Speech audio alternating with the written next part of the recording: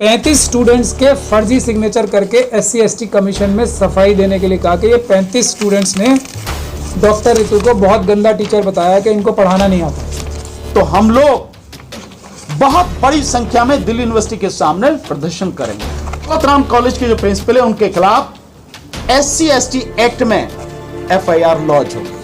जो दिल्ली यूनिवर्सिटी में दौलत राम कॉलेज में असिस्टेंट प्रोफेसर डॉक्टर ऋतु हैं, उनको जिस तरह से परेशान किया गया, सर्विस से निकाल दिया गया, और अगर वो व्यक्ति शेड्यूल कास्ट या शेड्यूल ट्राइब्स या OBC मतलब गरीब तबके से दबे कुचले वर्ग से आया हो तो बहुत लोगों को वो चीज़ें हजम नहीं होती।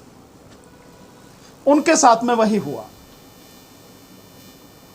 हम लोग बाबा साहब को मानने वाले हैं और बाबा साहब जिस तरह से रहे, सूट बूट में हमेशा शान से रहे, हम लोगों का वही तरीका है।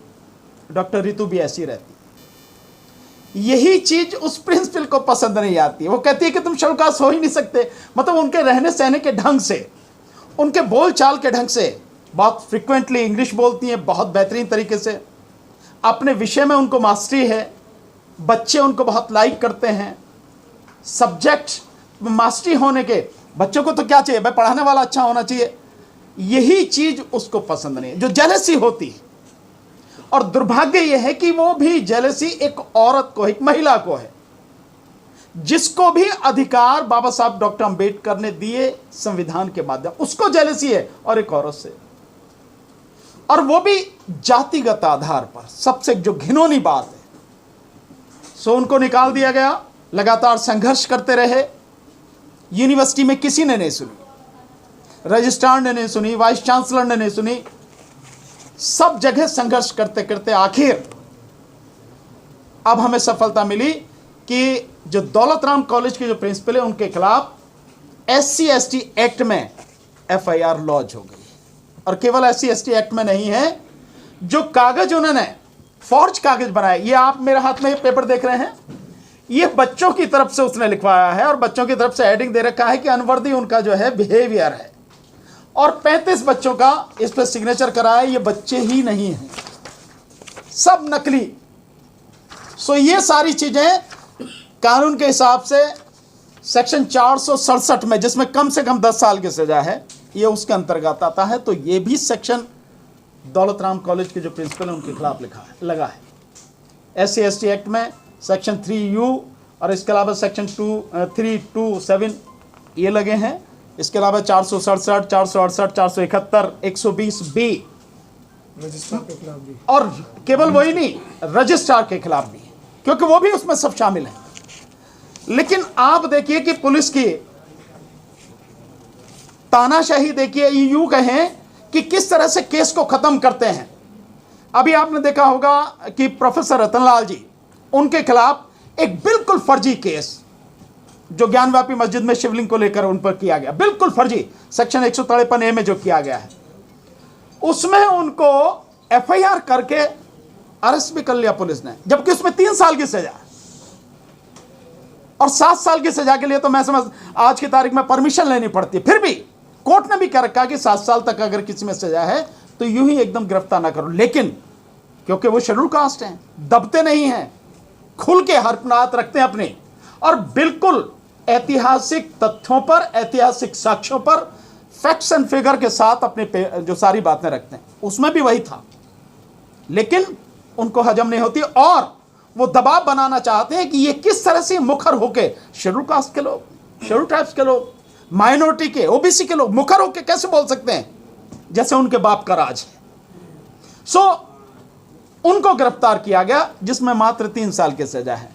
और इसमें जैसे अभी मैंने सेक्शन आपको पढ़ के बताया, 467 10 साल की सजा है, SC/ST एक्ट, उसमें तुरंत गिरफ्तारी होनी चाहिए और 1 महीने तक इसमें बेल नहीं है। ACP रैंक का व्यक्ति इसकी इन्वेस्टिगेशन करता है, ताकि गिरफ्तार उसको इसलिए किया जाता है कि ताकि सबूतों के साथ छेड़छाड़ न करे, उन्हें मिटावे नहीं। लेकिन FIR जब से हुई है, 3 दिन हो गए हैं, बावजूद इसके अभी उसे गिरफ्तार नहीं किया गया। तो क्या पुलिस और प्रशासन दौलत राम कॉलेज के प्रिंसिपल को और रजिस्ट्रार को, इन सबको जो सबूत उनके खिलाफ हैं, उन सारे सबूतों को मिटाने के लिए समय दे रहे हैं? इससे यही नजर आता है तो ये जो सारी चीजें हैं, आपके माध्यम से हम उनको कहना चाहते हैं, पुलिस प्रशासन को, कि ये जिस तरह की भी चीजें की जा रही हैं और मुलजिमों को बचाने की, सबूतों को मिटाने की जो साजिश की जा रही है, ये बंद करें और तुरंत दौलत राम कॉलेज के प्रिंसिपल को अरेस्ट करें। नॉन बेलेबल ऑफेंस है, कहीं किसी भी तरह की रियायत उनको नहीं दी जानी चाहिए। और वैसे भी दिल्ली यूनिवर्सिटी में, जो सेंट्रल की यूनिवर्सिटी है, दिल्ली राजधानी है, एक महिला इस तरह का जातिगत भेदभाव करे और इतना बुरा व्यवहार करे एक महिला के साथ में, मैं समझता हूं दुनिया को सबक मिलना चाहिए। इस देश के उन लोगों को जिनकी जातिवादी मानसिकता है, एक करारा सबक उन्हें मिलना चाहिए, उसको अरेस्ट करना चाहिए तुरंत। अगर नहीं करेंगे, जल्द से जल्द उसे अरेस्ट नहीं किया गया, तो हम लोग बहुत बड़ी संख्या में दिल्ली यूनिवर्सिटी के सामने प्रदर्शन करेंगे। रुकने वाले नहीं हैं हम लोग, कभी कोई ये सोचता हो। सो हम लोग पूरा समाज इकट्ठा होकर, जितने भी सोशल वर्कर हैं सब वो करेंगे। और साथ साथ यही मैं ये भी डिमांड करना चाहूँगा कि प्रोफेसर रतनलाल जी के खिलाफ जो मुकदमा दर्ज किया गया है, उससे तुरंत ख़त्म किया जाए, उसमें फाइनल रिपोर्ट लगा के, कैंसिलेशन रिपोर्ट लगा के उसको ख़त्म किया जाए। और बाकी अब आगे की जो बातें हैं, मैं समझता हूँ उसमें हमारे भाई जो हैं महमूद पराचा जी, वो आपको बताएंगे। मैं डॉक्टर रितु के संबंध में एक बात यहाँ बताना बहुत ज़रूरी समझता हूँ कि जब डॉक्टर रितु के खिलाफ उनको नौकरी से निकाले जाने का तय तो कर ही लिया था प्रिंसिपल साहिबा ने, और अपने आका जो यूनिवर्सिटी में बैठे हैं, रजिस्ट्रार, वाइस चांसलर्स, उनसे भी सबसे बात करके तय तो कर ही लिया था। तो अब निकालने के लिए बहाना ढूंढने की, जैसे एकलव्य का अंगूठा काटा गया था, क्यों? क्योंकि वो सबसे अच्छा था। उसी तरीके से ये जो इनकी एक महाभारत की जो कथा है, उसके हिसाब से बता रहा हूँ मैं, इन्हीं का लॉजिक बता रहा हूँ, जो ये मनुवादियों का logic.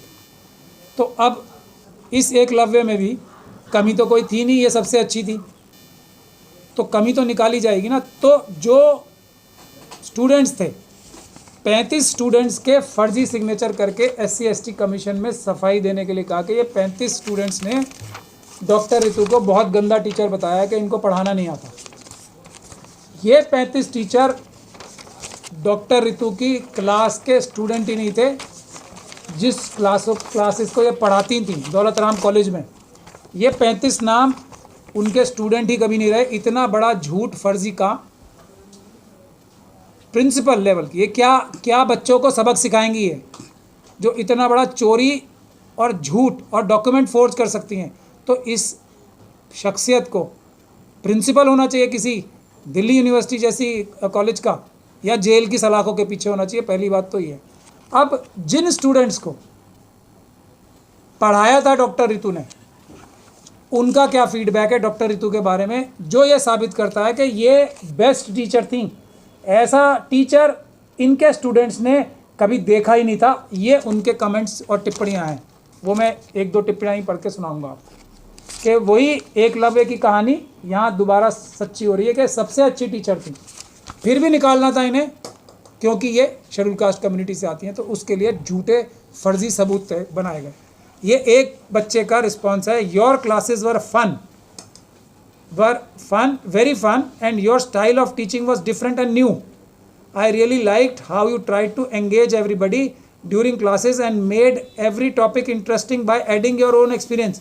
Overall, I really enjoyed your classes and it was nice to have a young professor and relate to so many of your stories. Thank you so much. ये स्टूडेंट लिखती हैं। Yes, sir. और ये कह रही हैं झूठी principal के इनके खिलाफ स्टूडेंट्स ने लिख के दिया, जो कि फर्जी सिग्नेचर उन्होंने ही साजिश करके या तो खुद किए या अपने किसी जो इनका अपराधी दोस्त होगा उससे कराया। दूसरी स्टूडेंट क्या लिखती है, ma'am I really loved your classes and your teaching style because you never emphasised on rote learning and gave examples from real life. It was very rare to find a teacher who is courageous enough to share her personal stories to teach children. You have always encouraged us to be good person overall and develop holistically.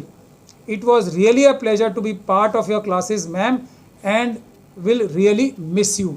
ये किसी और teacher के बारे में ऐसी feedback नहीं आती है, लेकिन यहाँ एक महत्वपूर्ण बात और भी आती है.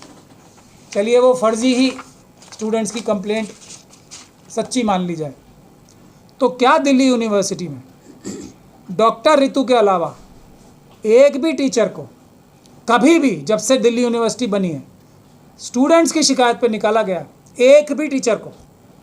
हम भी दिल्ली यूनिवर्सिटी से आते हैं, बहुत सारे हमारे टीचर होते थे जिनके खिलाफ हम भी स्टूडेंट में मतलब स्टूडेंट लाइफ में स्टूडेंट एक्टिविस्ट थे, तो बहुत सारे टीचर्स के खिलाफ सेक्सुअल हैरेसमेंट के लिए भी बहुत सारी एजिटेशंस हुई थी। उस भी किसी टीचर को नहीं निकाला गया बच्चों की कंप्लेंट पे। लेकिन ये कंप्लेंट के लिए टीचर अच्छी नहीं पढ़ाती है, निकालने का एक ही एक एग्जाम्पल है डॉक्टर रितु का। पूरे दिल्ली यूनिवर्सिटी की हिस्ट्री में बड़ी बड़ी स्ट्राइक्स, एजिटेशंस हुई हैं स्टूडेंट्स द्वारा कि इस टीचर को निकाल दिया जाए, एक भी टीचर नहीं निकाला गया।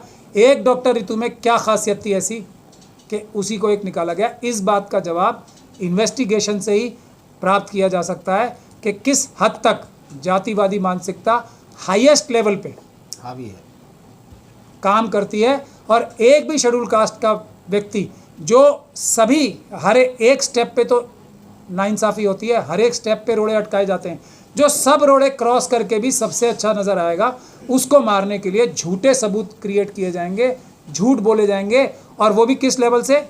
वाइस चांसलर के लेवल से झूठ बोला जा रहा है, रजिस्ट्रार के लेवल से झूठ बोला जा रहा है। तो आप समझ सकते हैं कि अपने पदों का किस बड़ी बेईमानी के साथ इस्तेमाल किया जाता है कि मेरी बात पे इसलिए भरोसा करो क्योंकि मैं कॉलेज की प्रिंसिपल हूँ, काम मैं इतना गंदा कर रही हूँ।